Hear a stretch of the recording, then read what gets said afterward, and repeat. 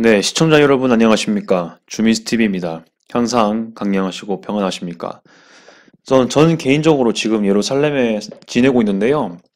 여기도 늘 강령하고 평안한 일이 많기를 바라고 있습니다. 오늘 영상은 제가 지금 지내고 있는 예루살렘 인근에서 발생하는 사건들인데요. 일단 타이틀은 2023년 1월 이스라엘 팔레스타인 긴장 고조된 듯 이렇게 잡아봤고요. 일단 밑에 있는 거는 현재 사건들하고 직접 연관이 되는 장소는 아닙니다만 그래도 예루살렘 올드시티의 랜드마크인 황금돔 사원이기 때문에 여기서도 서유 사태가 몇 번 벌어지긴 합니다. 그리고 1월 초에 그 이스라엘 쪽에서 장관이 여기 방문했었죠. 관련이 없다고 볼 수 없지만 오늘 다룰 주제는 이 인근 지역들에 대한 소식입니다. 제가 사는 곳하고도 인근이 지역이고요. 인근돼 있고 제가 아는 몇 분들하고도 어떤 한인들하고도 관련이 있는 곳입니다. 그래서 소식 전파해 드리겠고요. 최근 1월 말에 특히 좀 거의 하루에 한 번씩 뭔가 긴장되는 사건이 막 벌어지고 그랬거든요. 네, 이런 일이 어떤 게 있었는지 간단히 알려드리도록 하겠습니다. 네, 최근 며칠간 이스라엘에서 일어난 주요 시위 총격 사건입니다. 사실 그 이스라엘과 팔레스타인 쪽은 항상 갈등이 많았던 그런 사이입니다. 불편한 사이긴 하죠. 그리고 총격 사건과 시위가 많이 벌어졌었습니다. 그런데 이번 최근에 벌어진 것들은 장소도 조금씩 다르고 빈도도 좀 높아졌기 때문에 얘기를 드릴 수가 있을 것 같고요. 일단은 지도를 먼저 말씀을 드리겠습니다. 여기는 마우스 보이실 건데요. 예루살렘은 큰 도시입니다. 내가 이제 100만 명을 이제 찍을 예정이긴 한데 아직은 조금 덜 하거든요. 하지만 예루살렘도 올드시티가 있습니다. 구도심지가 있지요. 네, 오스만 제국 때 시기 때 만들어진 이렇게 네모난 모양의 성벽이 이렇게 둘러싸고 있고요. 이 안에 4개의 구역이 나눠져 있습니다. 왼쪽 위에는 기독교 구역, 아래쪽 밑에는 왼쪽 밑에는 아르메니안 구역, 북동쪽에는 무슬림 구역, 그리고 오른쪽 밑에는 약간 중간 부분 포함해서 유대인 구역이고요. 동쪽 여기는 따로 이렇게 알아크사 모스크랑 황금돔 사원이 있습니다. 네, 이렇게 좀 감안하시고요. 그리고 여기 밑에 보시면요. 몇백 미터 조금만 내려가면 실완이라는 곳이 있습니다. 그리고 글자 작긴 한데 여기 좀 가늘한 줄이 있죠. 여기가 그 성경 혹시 보셨으면 아실 텐데요. 실로암이라는 곳입니다. 아마 그 실로암을 교회 안 다니시더라도 일단 군대에서 되게 막 훈련병들이 되게 군 갈 때 되게 많이 부르잖아요. 네, 그것도 유명한데요. 사실 찬송가 노래죠. 복음성가 노래인데 그 배경이 되는 장소가 실로암 여기입니다. 네, 여기에서 사건이 발생했다는 겁니다. 첫째 말씀드릴 건 참고로 여기는 아랍 마을입니다. 예루살렘은 주로 유대인 집단 거주 지역이 있고 아랍인 거주 지역이 있습니다. 집단 거주 지역이 있는데요. 그들 사이에 바리케이트나 엄청 장벽이 있는 건 아니지만 그래도 암묵적인 차이가 있는 곳이죠. 예를 들어 가지고 실완 적혀 있고요. 라살모드 여기 아뚜르 이런데 알사와나 이런 데는 아랍인들이 많이 살고요. 왼쪽 보시면은 마밀라라고 적혀 있는 곳이 있습니다. 여기는 유대인들이 많이 사는 곳이라고 보시면 되겠습니다. 예, 이런 느낌을 가지고 시작하고요. 그리고 여기 경계가 보이는데요. 이 경계는 사실상 서예루살렘, 동예루살렘을 나누는 경계이기도 합니다. 그래서 여기는 보통 서예루살렘, 오른쪽은 동예루살렘이라고 생각하시면 되겠습니다. 이러한 것을 가지고 시작하겠습니다. 앞 설명 길었는데요. 이것만 딱 서식만 딱 보여주면은 이게 뭔 얘기인가 할 수 있다는 마음이 들어가지고 한번 소개시켜 드렸고요. 참고로 올드시티 동쪽에 Mount of Olives, 그러니까 겟세마네 동산이 있습니다. 여기서 그 예수 그리스도께서 이제 기도하시고 붙잡히신 곳입니다. 이것까지 좀 같이 기억하시면 좋을 것 같습니다. 1월 25일입니다. 예루살렘 올드시티 인근의 실로안 지역 그리고 샤파트 난민 캠프 지역에서 폭력 시위가 발생했습니다. 여기서 발생했습니다. 예, 폭력 시위 발생했고 이때 또 어느 정도 사상자가 있는 걸로 기억을 하고 있습니다. 샤파트는 또 다음 화면에 같이 또 언급할 지역과 같이 해가지고 나오거든요. 그래서 같이 소개시키겠습니다. 한 명 사망했고 2명 부상을 당했습니다. 이렇게 또 사상자 사건이 벌어졌습니다. 그래서 한 명이라도 사망하고 한 명이라도 부상을 당하면 총출동하거든요, 여기는. 그래서 제가 이거는 또 생각해 볼 만한 사건이고요. 제가 알기로는 실완 지역에서 이렇게 엄청 큰 사건이 벌어진 게 별로 없었거든요. 그리고 참고로 실완은요, 여행객도 많이 가는 곳입니다.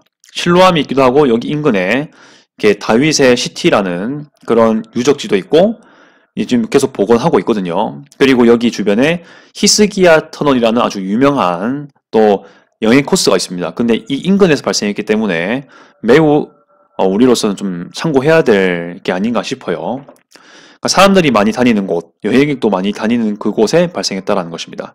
이렇게 될 수 있고요. 그리고 1월 27일 금요일, 네, 뭐 항상 여러분들 한 번씩 들어보셨겠지만 예, 가자지구에서 또 아슈켈론 쪽으로 로켓을 공격했습니다. 로켓 계속 쏘죠. 근데 이제 아슈켈론 같은 경우는 가자지구로부터 약 10km 위에 있는 해안 도시입니다. 그러니까 제가 말씀드리는 거는 가자지구 북부 국경으로부터 아슈켈론 시내쯤까지 거리를 얘기하는데요. 10km 이내에 있습니다. 아슈켈론이 아무튼 간에 그 정도로 생각하면. 그래서 조금만 가자지구에서 로켓을 날려도 아슈켈론 정도는 사정거리가 되거든요. 네, 이런 것들을 아이언돔으로 다 막습니다. 그런데 이번 금요일 같은 경우는 좀 정확한 몇 발이 날라는지는 제가 뭐 정확하게 못 봤는데 그래도 오랜 시간 동안 약 4시간 반 정도 이런 것들이 날아왔고 그리고 이런 것들을 다 요격했다라는 것을 좀 의미를 해볼 수가 있습니다. 참고로 이거는 현지 시각입니다. 참고하시고요. 사실 이 전날에 25일과 27일 사이에 제닌이라는 곳에서 이스라엘 군경이 그 팔레스타인 북부에 있는 제닌에서 또 이게 시위 진압 및 어떤 테러의 요인을 줄이기 위한 작업을 했는 걸로 제가 알고 있습니다. 네, 그때 사실 제닌이라는 곳이 되게 팔레스타인에서도 꽤 강성이 좀 많은 곳으로 알려져 있거든요. 그런데 매번 아주 흔하게 나름대로 흔하게 이러한 사건들이 있어 왔습니다. 그런데 이번에 제닌을 가서 이스라엘 군경이 진압했을 때는 사상자가 꽤 많이 나왔습니다. 9명 사망을 했던 걸로 나왔기 때문에 이때까지 있었던 제닌 진압 사건 중에 좀 뭔가 규모가 큰 거죠. 사상자 규모가. 그래서 이것에 대한 보복 공격이 아닌가라고 이 주장이 되고 있습니다. 뭐 생각이 되고 있고요. 그리고 이 가자 지구에서 주로 그 영향권 행사하고 있는 정파는 하마스입니다. 네, 그런 식으로 좀 참고하시면 될 것 같고요. 그 다음에 또 동일 같은 날에 27일 금요일 저녁 8시입니다. 네, 동예루살렘 네베 야코프에서 팔레스타인 사람들이 총격을 가해서 아랍인이죠. 그래서 또 크게 사망 사건이 발생했습니다. 8명 사망했고요. 그리고 피스카제 에브라는 곳이랑 인접한 곳이 되겠습니다. 네, 이때 8명이란 건 유대인을 얘기하는 거겠죠. 네, 이것도 다 이제 유대인과 관련되어 있을 걸로 보이고 있습니다. 네, 이거는요, 사실 이것도 좀 큰 사건입니다, 지금. 왜냐하면, 이때까지 총격을, 그러니까 아랍이나 팔레스타인 총격 가했을 때 보통 한두 명 사망 이런 건 좀 나오거든요. 근데 8명 사망은 좀 엄청난 규모라 볼 수 있습니다. 이것도 역시 뭐 제닌에서 벌어진 것에 대한 보복이 아닌가라고 생각이 되고 있어요. 제 생각이기도 하고. 자, 어디냐면요. 이 네베야코프랑 이 피스카제에브가 어딘지 말씀드리겠습니다. 이게 왜 중요한지도 말씀드리고요. 일단 우리가 언급하고 있는 예루살렘이 있죠. 예루살렘이 있는데 이 기준으로 왼쪽에는 서예루살렘, 동쪽은 동예루살렘이고요.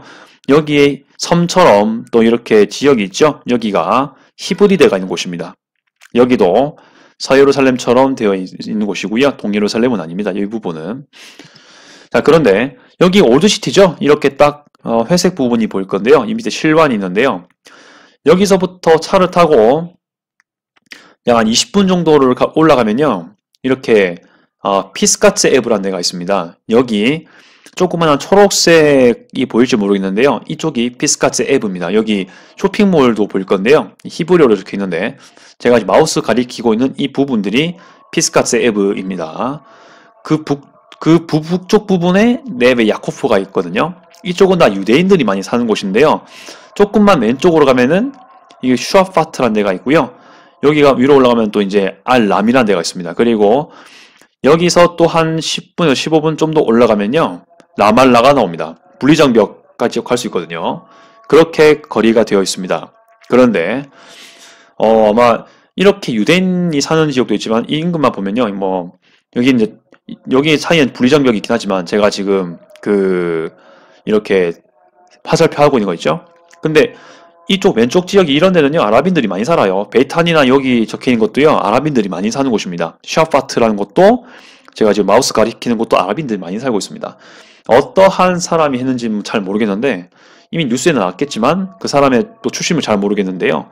확실한 건 팔레스타인 아랍계라는 거죠. 그래서 여기에 있는 사람들이 공격을 당했는 겁니다. 8명 사망했고 비스카제브 여기 인접한 곳이 지금 화살표 표시하고 있죠. 여기가 제가 예루살렘을 살아서 제가 알지 않습니까? 한인들이 꽤 거주를 많이 하는 곳이 비스카제브입니다. 인근에서 발생했다라는 게 좀 중요하고요. 제가 이제 여기 비스카제브에 살고 있는 한인을 좀 알고 있는데요. 일단 제가 듣기로는 다행히 감사하게도 한인들은 몰랐다는 분도 꽤 있었습니다. 그 정도로 아주 인접하긴 하지만은 그래도 본업에는 계속 지장이 없었던 것 같아요. 그거 정말 다행이고요. 뭐 잘 몰랐다고 하는 분이 많았습니다. 네, 그렇게 되는데 일단 유대인은 이렇게 사망했다는 소식이 전해지고 있습니다. 매우 안타까운 소식이죠. 네, 1월 28일 토요일입니다. 네, 완전 최근이죠. 현지 시각입니다. 오전 10시 40분경에 또 여기 실완 있죠? 여기 오주시티 밑부분 실완. 여기서 추가 총격 23건이 발생해가지고 또 2명 부상당하고 네, 그런 일이 벌어졌습니다. 네. 아까 말씀드렸던 슈아파트 난민 캠프 언급한 거 있죠? 여기에 이 슈아파트 난민 캠프 언급했었죠? 이게 바로 슈아파트라는 지역이 여기 있습니다. 네. 여기 있다는 것만 좀 참고하시고요. 여기도 아랍인 집단 거주 지역입니다. 그래서 이렇게 네베 야코프라든지 뭐 베이탄이나 한이나 물론 베이탄이나 같은 경우는 아랍인이 거주하는 지역 중심으로는 분리장벽 뒤에 있기 때문에 웨스트뱅크에 있고요. 유대인이 그러니까 이제 물론 베이탄이나 전체가 일단 아랍인들이 많이 살긴 하는데 정정합니다. 그 사원지구 팔레스타인 안에 있는 베이탄이나가 있고요. 이스라엘 쪽에 있는 베이탄이나가 있습니다. 아무튼 아랍인 지역이고요. 네베 야코프랑 피스카세브 여기는 유대인이 많이 살고 샤파트는 아랍인이 많이 살고 그렇습니다. 근데 이렇게 세 개는 서로 간에 어떤 경계선이 막 엄청 있지는 않는데 그런데 이제 이렇게 자연적으로 뭔가 구분이 된 느낌이 드는 거죠. 물론 이 사이에도 분리장벽이 몇 개 있긴 한데 일단은 여기 있는 것 같은 경우는 어느 정도 왔다 갔다 하기에 뭐 별로 지장이 없습니다. 이렇게 말씀을 드리겠습니다.